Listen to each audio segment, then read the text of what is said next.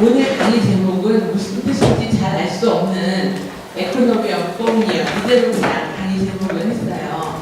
그래서 그렇게 하게 된 이제 이유는 이것에 대한 한국말 번역을 저희가 공유경제라고 그동안 사용을 했었거든요. 그랬는데 EOC, 지금은 이제 줄여서 이코노미 오브 뽕이오는 EOC라고 이야기하는데 EOC가 처음 시작된 건 1991년이에요. 그래서 우리나라에 들어올 때 번역을 처음에는 뭐 나눔의 경제 그런 식으로 하기도 했었어요. 잠깐. 그러다가 공유경제라고 하자. 그렇게 해서 그 말을 계속 써왔는데 2008년도에 없었던 새로운 개념이 우리나라에 들어왔죠. 그래서 쉐어링 에코노미가 우리나라에 알려지기 시작했죠. 여기에 대해서는 다들 아실 거예요. 요즘에 서울시에서 이걸 집중적으로 이렇게 사용해서 쓰기도 하고 그렇게 하니까. 그런데 이 쉐어링 에코노미가 한국에 들어오면서 공유경제라는 말로 돼서 알려지기 시작했어요. 그리고 이것은 굉장히 빨리 확산이 됐기 때문에 우리가 쓰던 공유경제는 잘 알려지지 않았고 혼선이 생기기 시작했어요. 그래서 이 말을 이제 공유경제라는 말을 우리가 쓰지 못하게 되는 거예요. 그래서 이제 힘에 밀렸습니다. 그리고 지금은 뭐 모든 일을 위한 경제 그런 식으로 이야기하거나 아니면 아예 원어를 그대로 쓰자 그렇게 얘기하거나 여러 가지 이제 생각들이 오고 가고 있어요. 그래서 지금은 그 우리가 알고 있던 공유경제가 아닌 에코노미 오브 뽕이오에 대해서 이야기를 하려고 합니다.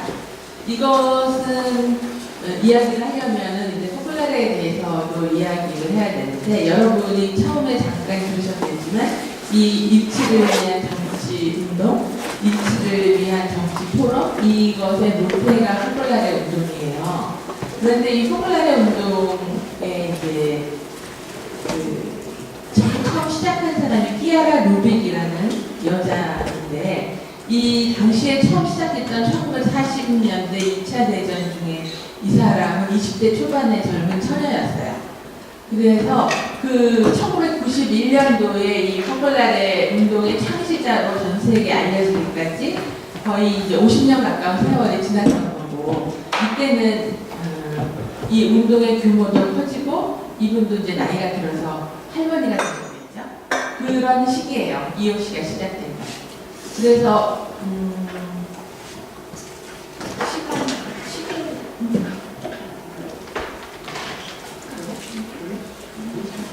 그래서 잠깐 포플라레에 대해서 이야기를 하면서 넘어가는 게 좋겠죠. 전혀 여기에 대해서 들어보지 못하신 분들도 있나요? 조금만 아시나요? 그냥 다 모르는 걸로 치고 이야기를 하겠습니다. 2차 대전 중에 그 이태리 북부는 굉장히 폭격이 심해서 거의 도시가 남원하지를 않았다고 해요. 그때 그 트렌토라는 이태리 북부 지방에 살던 키아라 루빅이라는 처녀가 전쟁이 일어나니까 모든 상황이 다 무너지는 거잖아요. 이 사람은 그때 공부를 하고 있었고 그 주위에 있는 친구들도 이제 몇 명 있었는데 모든 그 삶이 다 무너지는 거죠. 결혼을 꿈꾸고 있던 처녀는 남자친구가 전쟁터에 돌아오지 않을 거고 그리고 미술이나 건축에 관심이 있었던 사람들은 도시가 다 무너지는 것을 보면서 자기의 그 삶이 축이 흔들리는 경험을 하는 거죠.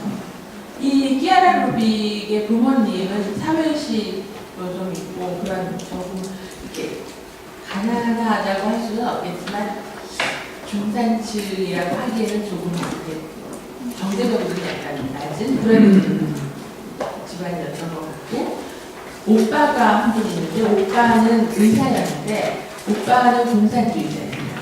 그래서 아버지도 사회적으로 굉장히 이렇게 열려있는 사람이고 오빠는 공산주의자이고 그러니까 이 키아라 루빅도 사회에 대한 의식 같은 것들이 굉장히 많이 열려있었겠죠. 근데 에피소드를 이야기를 하는데 어느 날 그 폭탄이 떨어져가지고 오빠가 있는 병원이 폭파가 됐어요. 그런데 걱정이 됐을 거 아니에요. 그래서 이제 병원에 오빠가 있는지를 보러 갔는데 병원 안에 그 있던 사람들이 환자들이 다 이제 죽은 시체들이 널려 있는 거죠. 그런데 그런 것들을 보면서 그 삶의 그 무상함 그런 것들을 느끼지 않을 수 없을 거 아니에요. 인생의 초기니까 어떻게 살아야 될지에 대해서 꿈꾸던 사람이 그거하고는 상관없이 그냥 다 삶이 끝나버리는 그런 상황들을 보면서 이제 삶의 위기죠. 그렇기도 하고 그리고 어떤 결단이 필요한 순간인 거예요. 이런 것들은. 그러니까는 삶이 계속 이어질 거라고 생각을 하면 계획을 세우면서 살겠지만 다음 순간에 죽을 수도 있다고 생각하면은 뭔가 다른 방식으로 살 수밖에 없는 거죠.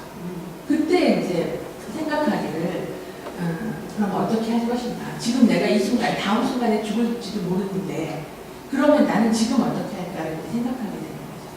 그때 뭐라 그럴까. 사람이 이렇게 아주 급박하고 특별한 순간이 오면은 두 가지 선택이 가능하다고 하죠. 그런 거는 뭐라 그러나 왜 미국에서 폭동이 일어났을 적에 보면은 막 사람들이 그 슈퍼마켓에 가서 물건을 다 훔쳐가지고 나오잖아요. 그런 식으로 어떤 위기를 갖다가 사적으로 이렇게 자기 사용을 위해서 사용을 할 수도 있고 다른 사람을 갖다가 해코지하면서는 나는 살아남아야겠다고 생각할 수도 있고 뭐 이제 여러 가지 부정적인 반응을 할 수도 있지만 또 다른 선택을 하는 사람들도 있잖아요. 그래서 다른 선택을 하는 경우는 이제 뭐 예를 들면 아우슈비츠 같은 데에서도 같은 일들이 있죠. 같은 유태인이면서 독일 군인의 저기 심부름을 하면서 유태인들 갖다 굉장히 괴롭힌 하수인들이 있는 것처럼 그렇게 나쁜 선택을 하는 사람들도 있고 어떤 사람은 마지막 순간에 그 화장터에 들어가면서까지 그 하나님을 찬미하면서 기도를 하면서 죽은 사람도 있다는 거예요. 그런 이제 다른 이야기들이 있는데 이때 피아라 도직은 이제 후자의 선택을 했던 거예요. 지금 이 순간 내가 하나님이 사랑이시라는 것을 믿는다면 나는 이 순간에 사랑해야 되겠다고 생각하면서 그 순간순간을 잘 살려고 생각하는 거예요. 그러면 하나님이 사랑이시라는 걸 믿는다는 것은 그냥 내가 이렇게 그 믿음을 마음속에 짓누고 있는 게 아니고 삶의 방식으로 드러나는 거거든요. 하나님이 사랑이시라는 걸 믿는다면 그러면 나는 어떻게 해야 되지? 나는 그분이 나를 사랑하신 것처럼 내 옆에 있는 사람을 사랑해야 된다고 생각하는 거예요. 그 순간에 사랑할 수 있는 방식은 어떤 식으로 표현이 되느냐 하면 공습경보가 나서 폭탄이 떨어지잖아요. 그러면 방공으로 빨리 가서 몸을 피해야 되거든요. 근데 막 달려갔는데 어떤 할머니가 잘 걸음을 걷지 못하면서 아주 천천히 방공으로 가. 아니면 어떤 아기를 낳는 엄마가 손대는 아이를 걸리고 안에 가슴에는 갓난아기를 품고 걸어가면서 제대로 가지 못해. 그러면 그 순간에 자기가 사랑해야 될 사람은 이 사람이라고 생각하면서 걸음을 이 사람 보조에 맞춰서 함께 걸어가는 거죠. 그런 식으로 이제 살았다는 거예요. 그리고 폭격이 없을 적에는 모든 게 다 무너졌기 때문에 먹을 게 없잖아요. 입을 것도 없고 뭐 아픈 사람은 약이 없고 그랬겠죠. 그러면 자기가 가지고 있는 그것을 나누는 거예요. 예를 들면 이제 자기 경험들을 이렇게 여러 가지 이야기하는데 보면은 집에 저녁에 먹을 달걀이 이제 하나인가 두 개가 있어요. 친구들하고 같이 사는데 오늘 저녁을 먹을 사람은 5명이에요. 그러면은 이 5명이 달걀 2개를 가지고 습을 끓여서 먹으려고 하는데 누가 와서 문을 두드리면서 먹을 것이 하나도 없다고 얘기할 때 그 달걀을 나누는 것. 그런 식으로 이제 살기 시작했던 것이 포뮬라의 시작이라고 해요.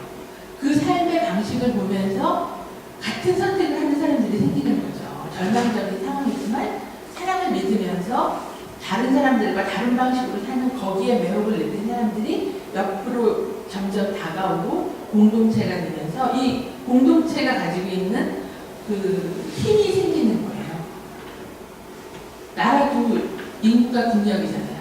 어떤 이상도 그거를 함께 살려고 하는 사람들이 이상의 힘인 거죠.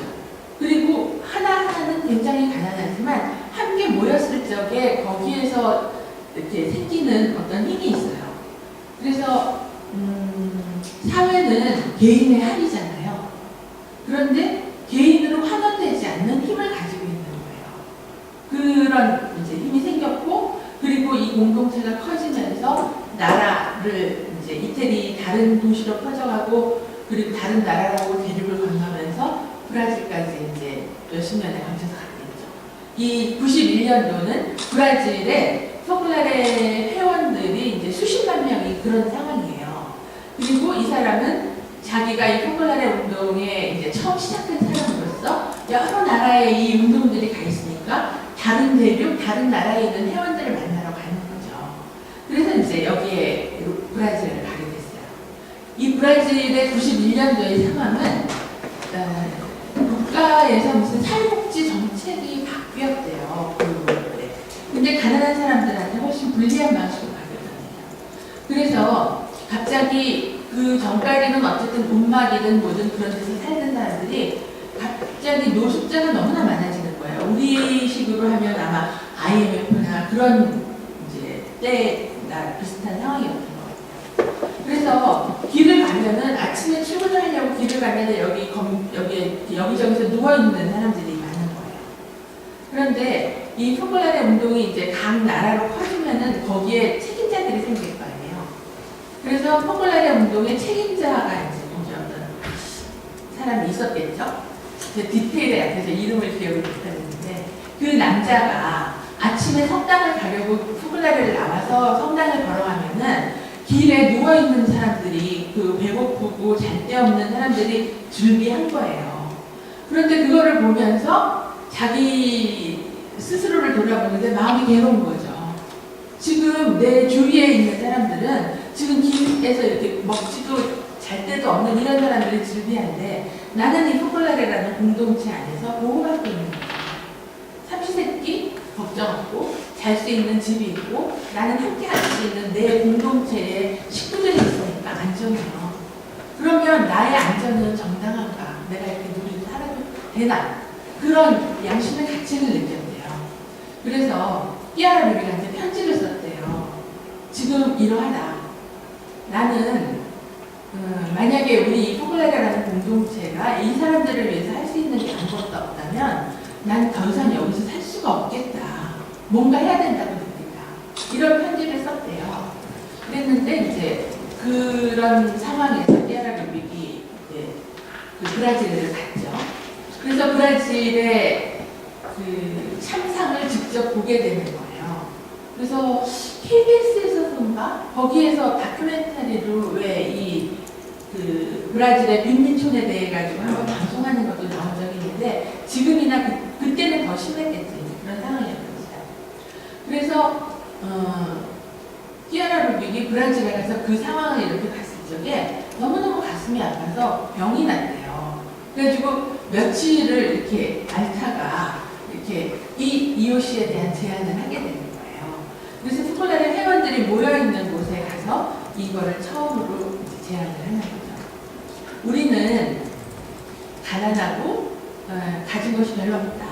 그렇지만 우리는 숫자가 많다. 포퓰라레 회원들이 굉장히 많았을 거 아니에요?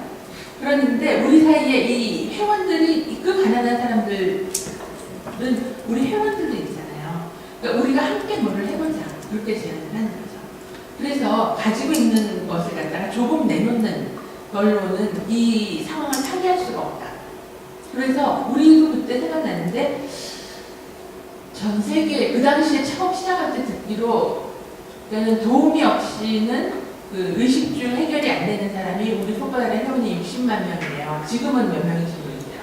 그런데 60만 명인데 전체 회원들 중에 이 60만 명을 제외한 사람들이 한 사람 앞에 돈을 얼마씩 내면은 이 사람들의 그 최저생계비가 될까를 계산을 했었어요. 그래서 그때 우리나라에서 그 회원들이 한 사람 앞에 3만 원인가 돈을 내면 그게 해결이 된다는 우리가 해마다 그 돈을 냈었는데 이것만으로는 안 되겠다. 그러면서 회사를 만들자고 제안을 하는 거예요. 그래서 이 회사의 목적은 가난을 이렇게 해결하고 싶은 거죠. 그러니까 회사를 만들면 제일 첫 번째 해야 될 과제가 회사 자체가 생존하는 거잖아요. 이윤을 가지고 재투자를 하면서 회사를 키워나가고 성장해야지 되는 거잖아요. 그런데 이 이윤을 회사 자체의 재투자 그리고 주식을 가지고 있는 주주들한테 배당하는 것이 아니고 배당하는 것만이 아니고 이것을 갖다 가난한 사람들에 대한 배려에 사용하는 그런 목적을 지닌 기업을 만들자. 그렇게 얘기를 하는 거죠. 그럼 어떻게 만드나? 우선 자본이 있어야 되잖아요. 자본은 우리 회원들이 얼마씩 돈을 낼 수 있는 사람들은 돈을 내고, 그리고 경영 능력이 있는 사람은 여기 와서 일을 하고, 그리고 가난한 사람들은 일자리를 찾고 있잖아요. 이 사람들을 채용을 해서 운영을 하는 회사를 만들자. 그리고 먼저 이 회사 자체가 살아남아야 하는데 이윤이 발생을 하면 이 이윤은 가난한 사람들을 위해서 쓰자. 그러면 가난한 사람들은 되게 건강도 나쁘잖아요. 그리고 교육도 많이 받지 못했고, 그러면 이런 사람들이 바로 직장에 투입이 돼가지고선 일을 할 능력이 없기도 하거든요. 먼저 부양을 받아야 될 사람들이 있는 거예요. 노인, 어린이들, 그리고 그런 취업 능력이 없는 사람들을 위해서는 먹을 걸 줘야 되고, 일할 능력이 되는 사람들은 고용을 하고, 그리고 이제 이 정신을 갖다가 계속해서 이어나가기 위해서는 교육을 해야 돼요. 그냥은 이게 유지가 안 되니까. 그런 제안을 하는 거죠. 그래서 91년도에 이 제안을 했을 적에, 제안은 브라질에서 했지만 각 나라의 각 대국에 있는 모든 사람들이 여기에 호응을 하면서, 그렇다면 내가 운영하고 있는 어떤 사업체를 가지고 있는 사람들은 내가 가지고 있는 사업체를 이미 있던 거지만 이 정신으로 운영을 하겠다. 그렇게 얘기하는 사람도 있고, 나는 지금 기업이 없다. 그리고 내가 직장에 다니면서 이제 고액 수입을 받는 그런 사람이에요. 그러면은 내가 사업을 하면서 이런 지향을 가지고 하겠다. 이런 사람들이 이제 많이 생기는 거죠. 그리고 브라질 같은 경우에는 특히 도움이 필요했기 때문에 브라질을 돕겠다고 나서는 사람들이 많이 있었어요. 유럽에 있는 젊은 사업가들, 그런 사람들이 그 경영 지도를 하는 걸 하잖아요. 그때 제가 브라질에 갔을 적에 들었는데, 어떤 프랑스 사람은 브라질에 그런 기업이 생겨나도록 하기 위해서 계속 지원을 하느라고 브라질에 선거를 갔어요. 그러면서 돈과 자기의 그 능력과 시간을 이렇게 투입을 하면서 여기를 지원을 하게 됐어요. 그리고 몇 년이 지나면서 여기에 관심을 갖는 이제 경제학자나 학생들도 생기는 거예요. 내가 얼마 전에 그런 얘기를 들었는데, 미네르바의 부엉이는 황혼에 나는다. 얘기 들어보셨어요? 응? 무슨 뜻이에요? 미네르바가 지혜의 여신 아니에요? 그 부엉이는 지혜의 상징이죠. 그래서 미네르바의 부엉이는 왜 황혼에 나르지?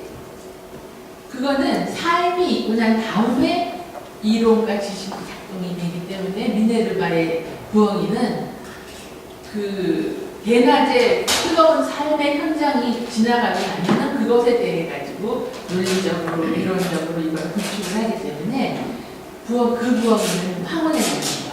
밤에. 그래서 이 EOC의 가치라는 것, 이 의미라는 것은 어떤 학자가 혼자 앉아서 지금의 그 사회 현상을 이렇게 보면서 이게 지금 문제구나. 이 문제에 대한 대안은 이게 좋겠구나. 그러면서 이론적으로 제시하는 것이 아니고 먼저 삶이 있고, 그리고 그 가난한 사람들을 바라보면서 움직였던 뜨거운 가슴이 있는 거죠. 그리고 그 마음이 움직였던 행동들, 일어났던 그 기업들, 이런 현실들이 있고 난 다음에 여기에 대해 가지고 그럼 이게 뭐지? 라고 물으면서 공부가 시작이 되는 거예요. 그래서 이 시작은 그렇게 됐는데, 나중에 그러면은 이런 것들을 보면서 설명을 하고 싶어지지 않겠어요? 그래서 그때 제가 통계를 보니까 1200 몇 군데까지 그 기업이 생겼어요. 전 세계적으로. 물론 제일 많이 생긴 게 남미였고, 그리고 그 다음은 유럽이 많았어요. 왜냐하면 이 포글라리가 처음 시작된 게 이태리니까 이태리를 중심으로 해서 유럽이 많았고, 그리고 각 나라별 그런 것들이 생겼죠. 미국도 좀 있고, 미국, 캐나다, 우리나라도 이제 작지만 씨앗들이 생기고 그렇게 했어요. 그런데 여기에 대해 가지고 설명을 하는 그 이제 키아라가 나중에 설명을 할 때 EOC는 1991년도에 생긴 게 아니라고 이야기해요. 이것의 시작은 내가 처음 포컬라레를 시작했던 그 순간이다. 그러면서 그 사례를 이야기하는데 이 이야기 지금 이 EOC의 뿌리에 대한 것은 몇 년 전에 루이지노 브루니 교수가 이야기한 거를 제가 이제 동영상으로 보고 그게 참 인상적이어서 이 얘기를 하고 싶었던 건데, 그러니까 왜 EOC의 뿌리가 그 포컬라레의 시작인가? 그 당시에 자기가 경험했던 그 나눔의 삶과 그 결실에 대한 확신이 있는 거예요. 그래서 우리가 지금 거의 동화처럼 이야기하는데 44호 구두라는 게 있어요. 그 키아라 루빅이 살던 아파트가 있는데 아파트도 아니더라고. 가보니까 진짜 작은 빌라 같은데 어떤 집을 하나 얻어가지고 친구들하고 살고 있었는데 거기에 길 아래쪽에는 이 포컬라레 회원이기는 하지만은 거기에 함께 공동생활을 하지 않는 사람이 있었어요. 그리고 그 바로 이 집하고 이 집 사이 저 위에는 성당이 있거든요. 그런데 그 성당에서 키아라 루빅이 어느 날 기도를 했대요. 왜냐하면 어떤 사람이 와서 키아라한테 청하는 거예요. 내가 신발이 하나 필요하다. 구두가 하나. 남자인데? 나 구두가 필요한데 이거를 좀 구해달라고. 키아라 루빅한테 남자 구두가 있을 리가 없잖아요. 그래서 큰 신뢰심을 가지고 성당에 가서 기도를 했대요. 44호 구두를 한 켤레 달라고 하느님한테 기도를 했대요. 근데 그 기도를 하고 성당문을 나섰는데 성당 마당에 그 어떤 친구가 서서 상자를 들고 있는데 저 키아라 이거 혹시 필요하니? 그러면서 나한테 여기 저기 여유로 있는 구두가 있는데 너한테 혹시 필요한 사람 있을까봐 가지고 왔다고. 보니까 그 신발이 44호였대요. 그런데 그건 굉장히 작고 우연한 일이라고 생각할 수도 있지만 이런 사인들을 끊임없이 이렇게 받으면서 그러니까 그 나누는 삶에 대한 동기부여, 확신 그런 것들이 커진 거예요. 그리고 또 하나 중요한 거는 그 정기적으로 가난한 사람들을 집에 초대해서 함께 식사를 했다고 해요.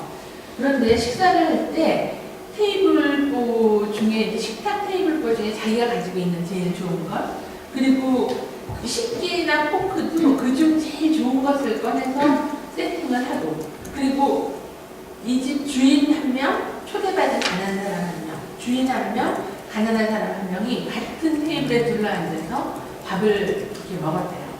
만약에 예상했던 것보다 가난한 사람들이 더 많이 오면 스프에 물을 좀 더 부으면 되니까 그렇게 이제 나눠 먹었다는 거예요. 그게 그 식탁에서 함께 밥을 먹었던 이 순간을 루이지노 브루니 교수가 기업에 비유를 하더라고요. 식탁을 하나의 기업으로 보는 거예요. 그래서 여기에 오는 사람들은 오너든 주주든 거기에 저기 노동자든 여기에 관련되어 있는 모든 사람들이 한 식탁에서 밥을 먹는 식구인 거예요.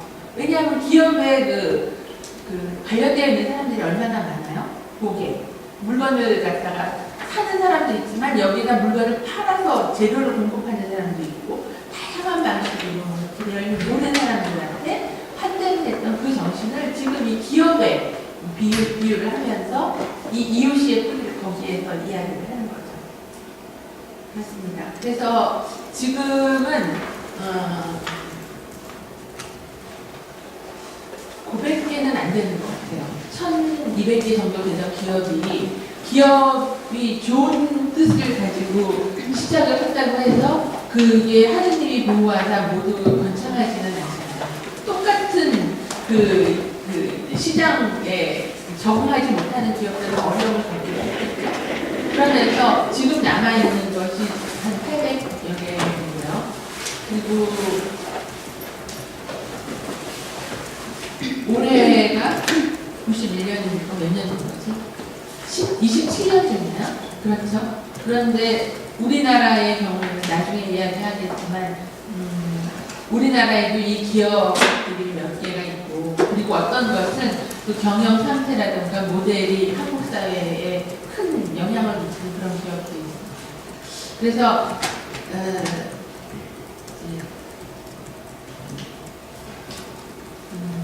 이런 것들이 있는데 제 이야기는 개인적인 이야기를 조금 한다면 저는 1997년도에 필리핀에서 있었던 EOC 학교에 처음 가면서 이거를 접하게 됐어요. 그러니까 이것을 시작을 하면서 이태리에 본부가 생기고 각 나라에서 이 EOC 기업이 이렇게 씨앗을 이렇게 뿌리고 다시 뿌리를 내리고 그렇게 하도록 각 나라를 다니면서 그 교육을 한다고 할까? 그런 이제 활동들을 하는 거죠. 그래서 97년도에 필리핀에서 3박 4일인가 이 학교를 하면서 아시안 지역에 있는 사람들이 전부 모여서 그 이거에 대해 듣는 시간이 있었는데 그때 제가 처음으로 참 인상적이었던 것이 필리핀에 있는 사람들이 경험을 이야기하는 거예요. 근데 한 사람은 우리식으로 말을 하면은 뭐 오일 장이라고 해야 되나? 시골 장터에서 물건을 조금 놓고 파는 그런 일을 하는 아주머니였어요. 그런데 이 집은 아이는 많고 남편은 직업이 없고 자기도 하는 일이 없어서 집에서 이제 남편하고 어려우니까 자꾸만 싸우잖아요. 그리고 뭐 화목하지도 않고 먹을 거는 없고 이제 그런 아주 어려운 상황이었어요.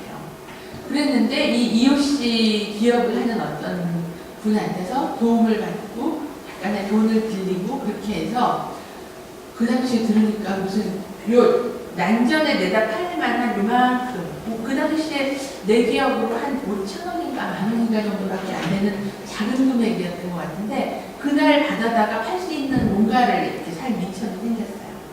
그래서 그거를 갖다가 팔고 그리고 거기에 이익이 생긴 것을 가지고 다시 이제 이걸 하면서 이 사람의 일이 생긴 거예요. 그런데 장터에서 그 일을 하기 시작하면서 가정이 달라지더래요. 일을 해서 수입이 생기고 이렇게 계획을 세울 수가 있게 되니까 식구들이 마음이 안정이 되고 남편하고 덜 싸운대요. 그래서 아이들도 훨씬 더 밝아지고 자기는 부부관계가 좋아졌다는 거예요.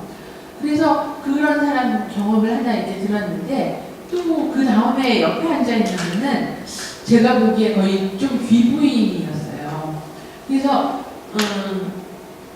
막 이렇게 액세서리도 되게 그리고 막 우아하고 그런 분이었는데 자기의 이야기를 하는 거예요. 근데 굉장히 기뻐하면서 자기가 어떻게 살아왔는지를 막 이야기를 하더니 내가 EOC를 만나고 난 다음에 내 삶이 변했다는 거예요. 그러면서 그 가난한 사람들을 위해서 뭔가를 이렇게 줬을 때 그냥 주고 희생을 하고 끝나는 게 아니고 이 공동체 안에 있는 누군가 내가 아는 사람일 거예요. 도움받는 사람이. 그 사람들이 삶이 어떻게 변하는지 그거를 보면서 아 나도 참 삶이 이렇게 내 삶이 의미가 있어졌다는 거예요. 그래서 제가 이렇게 생각하기를 아 이런 그 서로 나누는 삶이 일반적인 게 아니구나. 있는 사람은 가난한 사람들을 도와주는 것이 아니고 서로의 삶을 나누는 공동체를 형성하는 거구나. 그것이 저한테 참 인상적이었어요. 그리고 그 후에 제가 97년도 그때쯤에 갔었던 거고 2002년도에 제가 대학을 갔었거든요. 대학을 가서 경영학과를 공부를 하면서 이게 계속 기억이 나는 거예요. 그러면서 그때 이제 학부 때 논문을 이걸 쓰려고 했었는데 들으니까 좋기는 하고 뭔가 의미가 있어 보이는데 제가 이걸 이론적으로 구성할 능력이 없었어요. 그래서 어떤 교수님한테 제가 학사 논문을 이걸 쓰고 싶다 그랬더니 이야기를 이렇게 들으시더니 그건 너무 비현실적이고 논리가 뭐 아무 바탕도 없고 되지 않을 것이고 거라는 거죠. 그리고 만약에 이거를 가지고 논문을 쓰고 싶다면 공부를 많이 한 사람이 돼야 된대요. 이걸 갖다 논리를 구축을 하려면. 그래서 안 되니까 안 된다고 자기는 논문 쓰도 못하겠다고 그런 거예요. 근데 이제 하여튼 어쩌고저쩌고 해가지고 너무 승낙을 받았어요. 그리고 논문을 썼고 대학원을 이제 가게 됐어요. 그게 저한테는 이게 참 좋은 자극이었는데 이것을 알았던 시기가 일치를 위한 정치운동이 시작하던 그때였거든요. 그럼 우리는 이 푸컬라리도 모르고 신앙도 없고 이상도 아무것도 이제 모르는 현실 정치인들한테 뭔가 다른 이야기를 해야 되는데 우리는 할 줄 모르는 거예요. 확신이 있다고 해서 그거를 다른 사람한테 전달하는 것이 그냥 당연하고 쉬운 건 아니었거든요. 그러니까 그 면에서도 저는 이제 공부를 좀 더 하고 싶은 생각이 들었었는데 어쨌든 그래서 뭐 이태리어를 배워야 되겠다고 생각하고 공부를 이거를 저기 이태리에 가서 공부를 하기도 하고 어쩌고저쩌고 해가지고서는 제가 석사 논문을 끝낸 게 처음 시작했을 때에서부터 10년이 지났을 때였어요. 2013년도에 제가 이제 석사 논문을 했거든요. 10년 더 지나면 12년이에요. 그랬는데 그 석사 논문을 했던 그 지도했던 교수님이 제가 처음에 학사 논문을 쓰겠다고 찾아갔던 그분이었거든요. 그랬는데 아 세상이 변하는 거구나 그런 생각이 들었는데 똑같은 교수님이 학사 논문 지도를 거절했던 분이 10년 후에 석사 논문을 이렇게 저한테 됐다 이만하면 되겠다고 하면서 통과를 하면서 지금 우리 사회에 가장 필요한 메시지가 여기에 있다고 하시더라고요. 그 사이에 우리나라가 변한 거예요. 그 협동조합법이 생기고 우리나라의 사회적 경제가 우리 사회 경제 구조 안으로 들어오고 사람들이 여기에 대해서 관심을 가지고 일을 해야 되는데 없는 거예요. 법원이 뭐라 그러나 집을 지었는데 뼈대는 세워놓고 벽이 없어요. 지금 우리나라의 사회적 경제가 지금 어떤 식으로 그 당시에 그랬는데 그 협동조합법이 처음 생겼을 적에 전 세계적으로 유명한 사람이 스테파노 자만이라는 교수님이 있었어요. 협동조합법을 위반하는 사람들이 거기에 가서 계속 이렇게 도움을 받으면서 법을 만들었고 법을 선포하던 때에 이분을 초대해서 우리나라에서 강의를 했거든요. 근데 저는 그때 그분이 한국에 와서 7개 강연을 하고 3박 4일 만에 이태리로 돌아가셨는데 그때 휴가를 내고 그분이 하는 모든 강연을 들으러 같이 다녔어요. 그때 처음으로 사회적 경제 활동가들을 제가 처음 본 거예요. 그랬는데 활동가들이 협동조합을 하고 있고 이제 뭐 그 마을을 위해서 일을 하고 있는 그 시민단체에 있는 분들이 거기에 대해서 굉장히 뜨겁게 반응을 하는 거죠. 그래서 저는 참 이상했어요. 왜 이 사람들이 여기에 대해서 이렇게 좋아하지? 그렇게 생각하면서 이렇게 봤을 때 사람들이 이상을 가지고 어떤 뭐 조합을 만들든 활동을 하든 해보면은 얼마 지나지 않아서 현실적인 문제에 부딪히는 거예요. 사람들이 각자 좋은 뜻을 가지고 모였지만 구체적인 사안에 대해서는 생각을 달리 하잖아요. 그럼 의견 조율이 안 되고 실망하고 어떤 결과에 대해서 이렇게 상처를 입으면서 떠나가기도 하고 회의를 느끼기도 하는 그런 어려움들이 있는데 그런 현실적인 문제에 부딪혔을 적에 이 EOC가 가지고 있는 어떤 힘이 그이들한테 도움이 되는 거구나 그런 생각을 한 거죠. 그래서 이제 계속 공부를 할 만한 가치가 있겠구나 그런 생각을 했었던 거예요. 앞부분이 길어서 그래서 지금 제가 생각했던 이거는 지금 텍스트 드렸던 거하고 오늘 얘기하려고 했던 것은 제가 논문을 쓰면서 생각했던 키워드예요. 근본적으로 그러면 사람이 뭐지? 그리고 우리가 함께 산다는 건 뭐지? 거기에 대한 관점을 먼저 이렇게 정립하지 않으면 더 앞으로 나갈 수가 없겠다. 그런 생각을 했었어요. 그런데 어떤 사상이나 사조가 시작이 될 때, 없던 것이 생겨날 때 그것은 그 시대 상황하고 엮여서 같이 와야 되는 거예요. 그러니까는 공산주의가 왜 생겼어요? 공산주의만으로는 그것을 이해할 수 없어요. 자본주의가 왜 생겼지? 그러면은 처음 세상이 생겼을 때부터 이런 자본주의 사회였나? 그 이전에는 사람들이 어떻게 살았지? 그리고 왜 자본주의가 생겼고 자본주의의 문제가 뭐길래 공산주의라는 그런 대항하는 마인드가 생겼지? 그리고 왜 현실 공산주의는 망했지? 공산주의가 망했어도 왜 사회주의의 이념은 사라지지 않고 자본주의 사회 안에서 사회적 경제라는, 경제와 사회라는 거는 두 개가 모순되는 개념이잖아요. 이 두 가지를 가지고 지금 사람들은 시도를 하지? 이런 것들에 대한 질문들이 있는 거죠. 그래서 우리가 이 시간에 이게 뭔지에 대해서 충분히 이야기를 듣고, 그리고 아 뭐였구나 하고 이해하기는 짧은 시간인지도 모르겠어요. 그렇지만 적어도 이 시간에 어떤 질문을 가지고 가면 좋겠다, 그런 생각이 들었던 거예요. 그래서 추석 때 이 신문에 나왔던 추석이란 무엇인가 되물어라 라는 칼럼 혹시 보신 분 있으세요? 없으세요? 재밌었는데 왜 안 보셨어요? 추석 때 되면은 제일 이슈가 되는 게 뭐예요? 여자들이 제사상 차리는 거 가지고 추석이나 설에 지나고 나면 이혼하는 그 비율이 올라간다고 하잖아요. 그래서 여자들이 그 상을 차리는 게 맞냐 안 맞냐, 왜 남자는 안 하냐, 뭐 제사를 지내지 말자, 상에 음식을 죽이고 튀김을 하지 말자, 이제 이런 이야기들이 나올 때 이 김영민이라는 서울대 정치외교학과 교수가 경향신문에 사유와 성찰이라는 그 타이틀로 칼럼을 썼는데 이게 굉장히 인기 있었거든요. 저 이거 보고 너무 재밌어서 온 세상 사람이 다 본 줄 알았어요.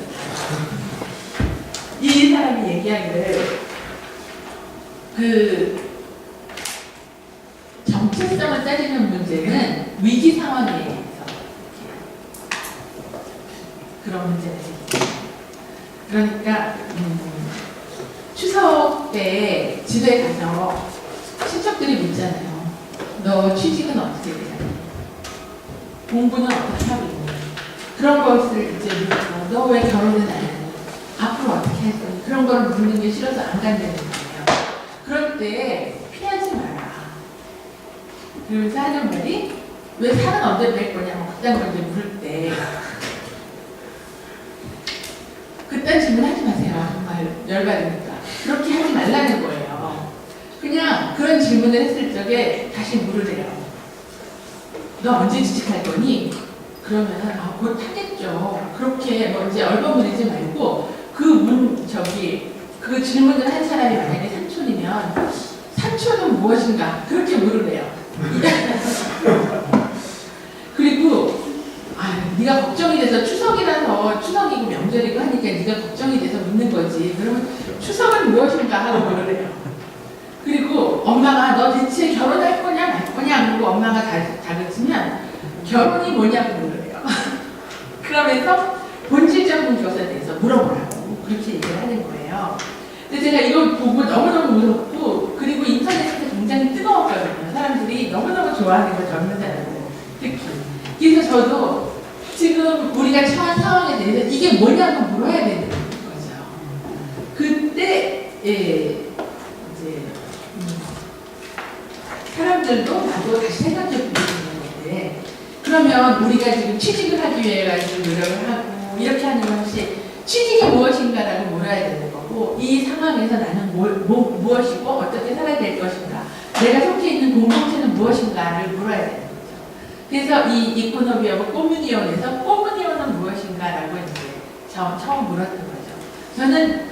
우리는 지금 개인주의 사회에서 해야 되잖아요. 자본 민주주의, 개인주의 이런 것들이 지금 우리의 그 상황인데, 왜 이 개인주의가 만연한 이 지금 상황에서 꼬무니온을 이야기하는가? 그것을 이제 물었던 거죠. 그러면은 이 사회라는 것이 어원을 따지면은 이 그리스어로는 코이노이아라고 하는데, 이게 이제 신학적으로 어떤 의미인지 나중에 한번 찾아보세요. 이 공동체를 이루고 산다는 거는 이 사회의 한 부분이 되는 거고, 그리고 내가 가지고 있는 걸 공동으로 내놓으면서 거기에 한 몫을 하면서 기여를 하는 거잖아요, 사회에. 그렇지만 거기에서 내가 부분을 얻고 한 몫을 챙기기도 하는 거예요. 그러니까 경제 원칙에서 이야기할 적에 우리가 회사에 취직을 해서 월급을 받잖아요. 그러면 월급을 받는 게 그게 뭐에 대한 대가예요? 노동의 대가라고 얘기하시잖아요. 다르게 말할 수 있는 사람이 있나요? 그런데 막스는 노동의 대가가 아니라고 이야기해요. 노동력에 대한 대가라고 얘기해요. 노동력과 노동의 차이는 뭐죠?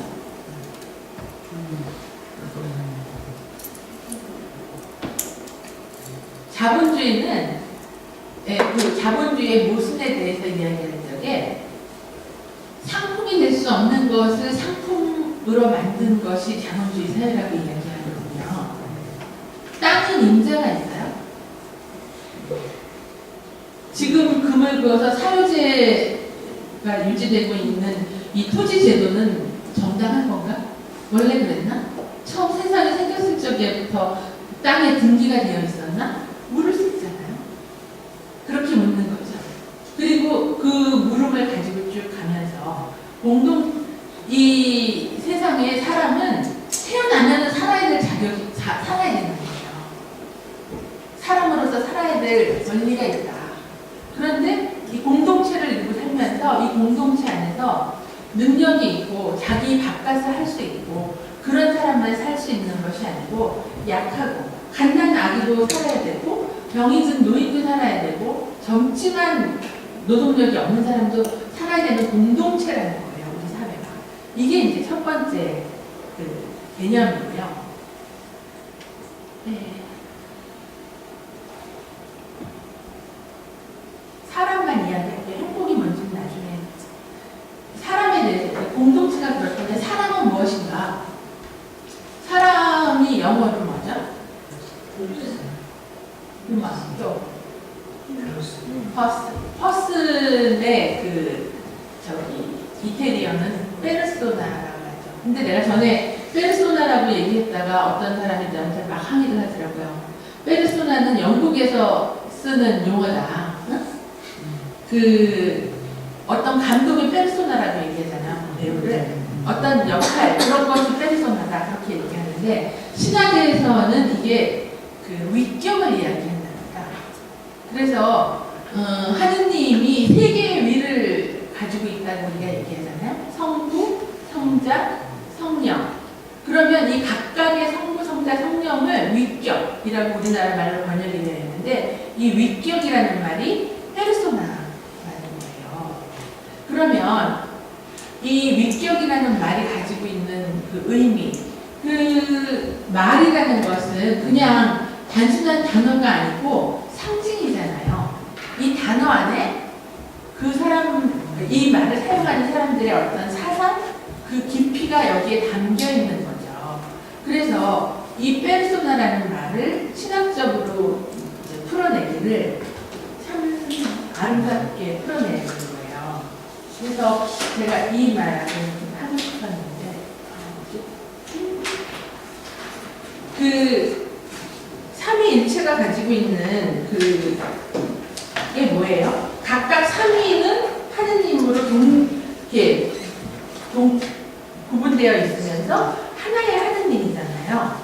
사람도 그런 두 가지 면이 있다는 거예요. 개체성하고 단체성이라고 하는데 세 분으로서의 하느님이듯이 사람도 그렇게 두 가지 면을 가지고 있고요.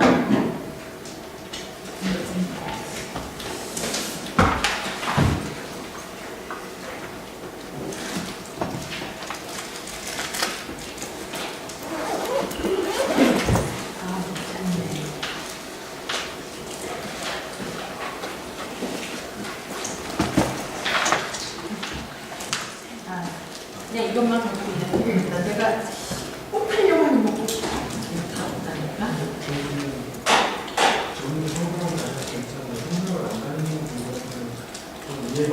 그게 어렵겠죠?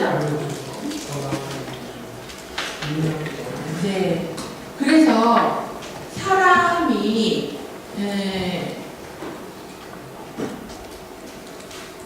그러니까 우리가 이제 가족 관계에서 이야기를 하면요. 지금 너 누구니? 그러면 뭐라고 대답해요? 모건이에요 하고 대답하죠. 그런데 조선시대에는 너 누구니? 그렇게 물으면 오건이에요 하고 대답하지 않았어요.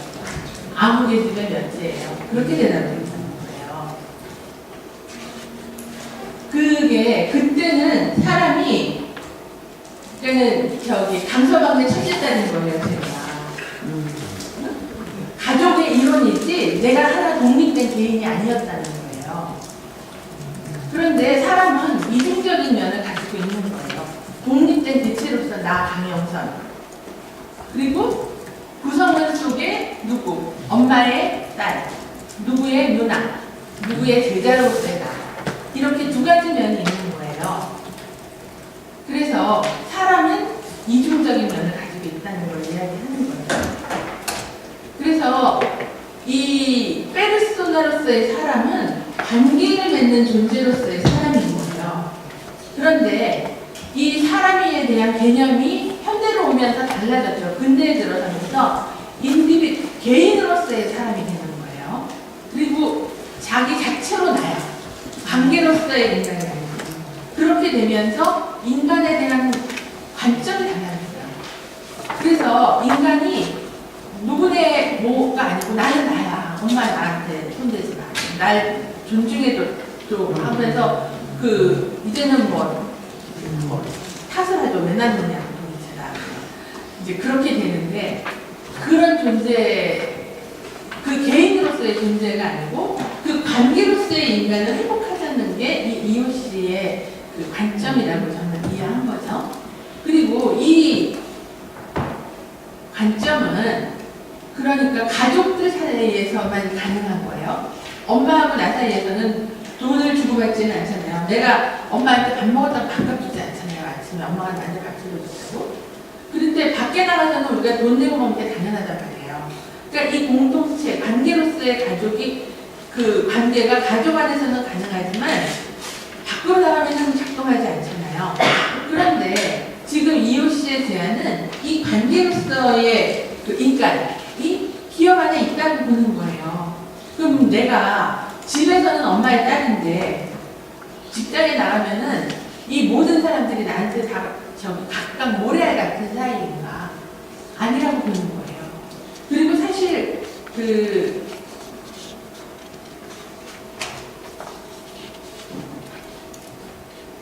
관계를 갖다가 이제 세 가지로 분류를 하는데 이거는 루이지노 브루니 교수가 1996년가에 쓴 상호성이라는 책에서 보고 제가 이 표를 그때 이제 그렸던 건데요. 그거에 대해 가지고 세 가지로 구분을 했거든요. 그러니까 우리가 그 기업이나 일반 사회에서 가지고 있는 그 형식적 상호성은 계약으로 이야기를 해요. 계약은 등가 교환이죠. 내가 주는 돈 100원에 상당하는 가치를 지는 어떤 것이 나한테 와야지 돈을 주잖아요. 그래서 등가 교환이라고 하면 이 상호성은 그 두 번째 순수한 상호성이라고 번역된 이것은 친구들 사이의 관계라고 할 수 있어요. 친구들은 계약처럼 뭔가를 갖다가 즉시로 등가 교환을 하지는 않죠.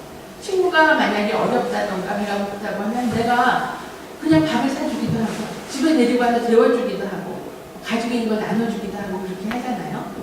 그리고 그 관계는 서로 주고받고 하는 관계예요. 어떤 때는 내가 도와주지만 친구가 또 나를 도와주기도 하고 그러면서 우리는 그런 동아리나 어떤 관계를 가지고 있잖아요. 그런데 이 관계는 직장 안에서도 작동이 되는 관계죠. 직장에 들어갈 때 이런 형식적인 고용계약서 같은 거 있잖아요. 그렇지만 또 일을 하는 사람들 사이에서 우리 팀원 사이의 관계가 있다면 이런 식으로 순수한 관계성을 가지고 있다고 할 수 있죠. 그런데 이웃시에서 제안하는 이 상호성은 거기에서 하나 더 나가는 상호성을 이야기하는 거죠. 처음에 그 가난한 사람들에 대한 고려를 하고 있을 때, 그러니까 표를 A, B, C로 지금 여기서 그리고 있는데요. 내가 내 옆에 있는 사람한테 어려운 걸 도와줬어요. 그러면 회사의 입장으로 봤을 적에는 회사에서 가난한 사람을 고용을 했거나 가난한 사람들한테 뭔가를 지원을 했어요. 그러면 그 사람이 나중에 건강해졌거나 뭐 상태가 좋아졌을 때 나한테 돈을 상환을 하거나 내 안에 직업이 되거나 뭔가 물건을 대는 사람 거래처가 되거나 이렇게 되지 않고 이 사람이 다른 데 취직을 하거나 다른 회사하고 관계를 맺거나 그렇게 해가지고 가. 그렇게 한다 할지라도 나는 좋다고 생각하는 거예요. 왜? 그냥 나한테 돌아오는 걸 생각하지 않으면서 사회의 유익을 위해서 일을 하겠다고 나는 지향을 두고 있는 거예요. 이웃이 기억하는. 그래서 사회 전체의 온도를 올리는 거죠. 1도, 뭐 0.1도라도 세상을 따뜻하게 하는데 도움이 됐다면 됐다고 생각하는 거예요. 그러면 이웃이 기업가는 비현실적이고 낭만적인 사람이어서 이런 식으로 살 수 있는가? 그렇지 않아요. 여기에 이 포함 관계는 형식적인 상호성과 순수한 상호성에 더해서 이 하나를 더하고 있는 거기 때문에 비현실적인 사람이 아니라는 거죠. 이 지향을 두고 가요. 그러면 이렇게 했을 때 기업이 살아남을 수 있겠는가 하고 즉시로 불안해하는 묻잖아요. 그러면 먼저 아까 그 페르소나의 관계를 여기에다 비유해서 설명할 수 있는 것 같아요.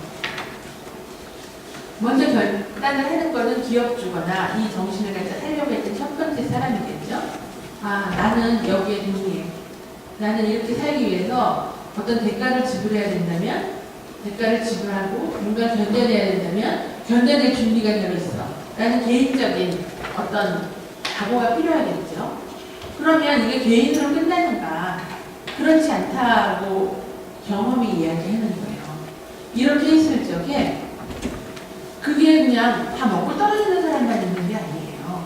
이런 사람을 봤을 적에 아, 여기에 아주 만만한 먹을거리가 하나 생겼구나 하고 사람들이 와가지고 이 사람을 이용을 하고 손해를 입히고 그렇게 하는가. 사람에 대한 신뢰를 가지고 있는 이 사람한테 거기에 신뢰를 답하고 싶어 한다는 것이 우리들의 경험인 거예요. 이거는 지금 경제학 용어로 사회적 자산이라고 하면서 신뢰에 대해서 이야기하잖아요.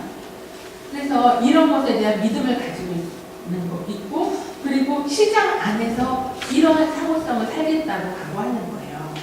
그래서 이런 사람들이 살고 있는 곳이 시장이어야 된다고 생각하면서 시장이 그냥 거래를 하고 다른 사람, 약한 사람을 갖다가 이렇게 등쳐먹고 이렇게 도태시키고 하는 것이 아니고 이 사회적인 결속력을 강화하는 그런 장이 될 수 있다고 생각하면서 거기에 투신을 하는 사람들이 함께 그렇게 하면서 이걸 바꿔보려고 하는 거죠. 이거는 제안이고 그리고 쉽지 않은 제안이고 그렇죠. 그리고 이것을 갖다 유지해 나가기 위해서는 이 정신을 계속 잃어버리지 않기 위해서 이 사람들이 만나고 돕고 함께 도와야 될 거 아니에요. 그런 것이 가능할까? 그리고 살아남았는가를 이제 묻게 되는데 가능하더라고 우리는 생각하는 거예요. 그래서 이거는 이미 있는 경영 이론이겠죠. 이런 경영 이론은 미국에서 잘 발달되어 있잖아요. 거기에다가 이 EOC의 정신으로 경영 이론을 갖다가 이렇게 배열을 하는 거죠. 그래서 조화롭게 기업을 운영을 하고 사람들 사이의 관계를 이렇게 잘 하는 것이 가능하다. 그리고 함께 그렇게 하자. 그리고 각자가 노력을 하는 거죠. 기업가들은 실제로 기업을 운영하면서 그리고 공부를 하는 사람들은 논리적으로 틀을 이렇게 잡아주고 그리고 함께 방향을 모색을 하면서 노력하는 거죠. 그래서 이윤을 이런 식으로 나누고 그렇게 살아가자. 그리고 어떤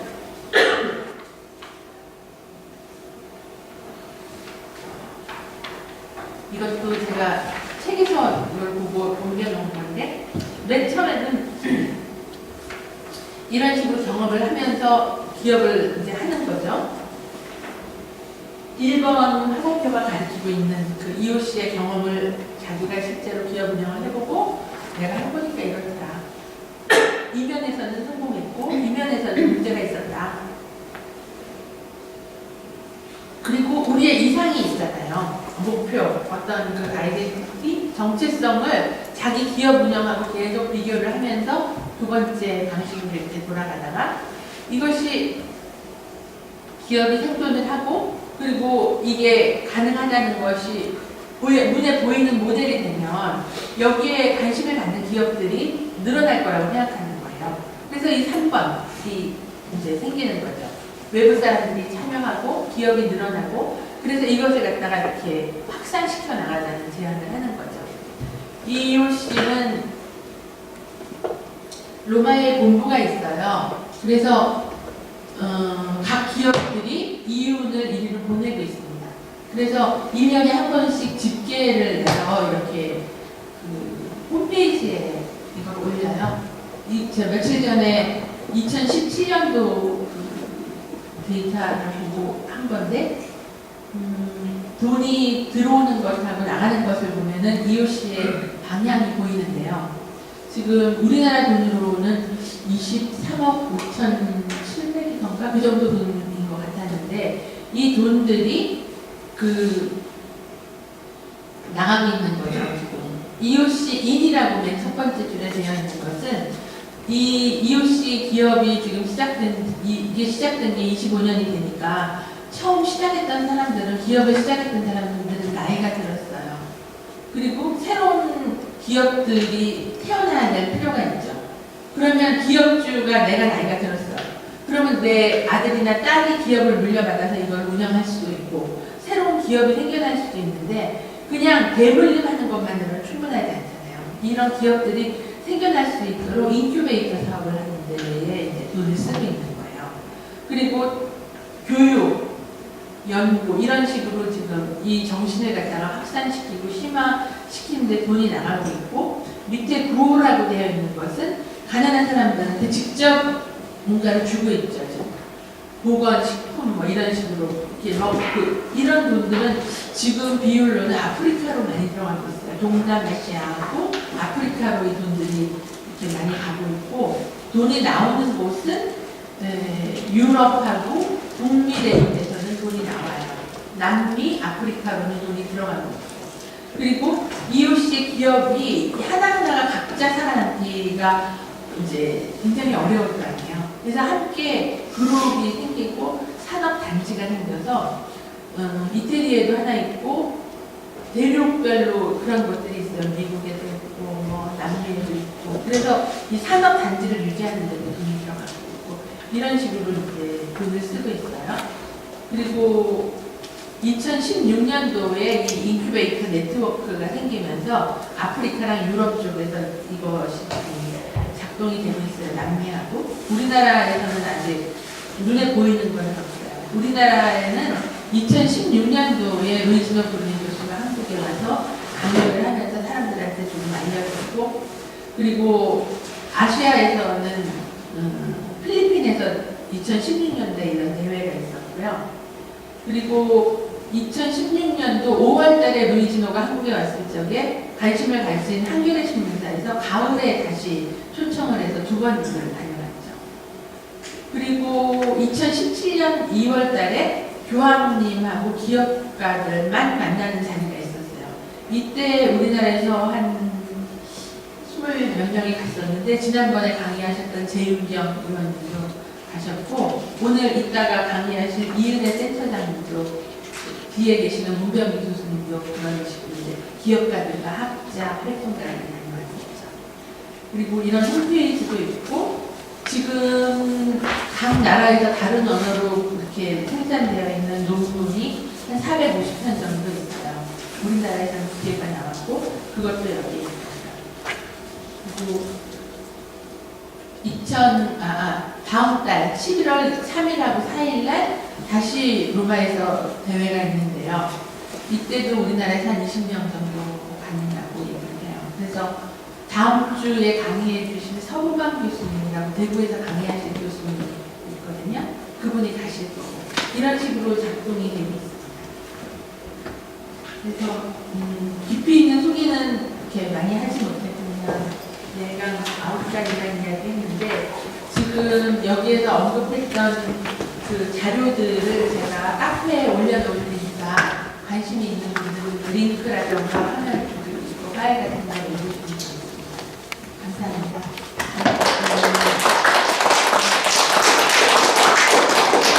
지금부터 한 15분 정도 쉬는 시간을 가지고요.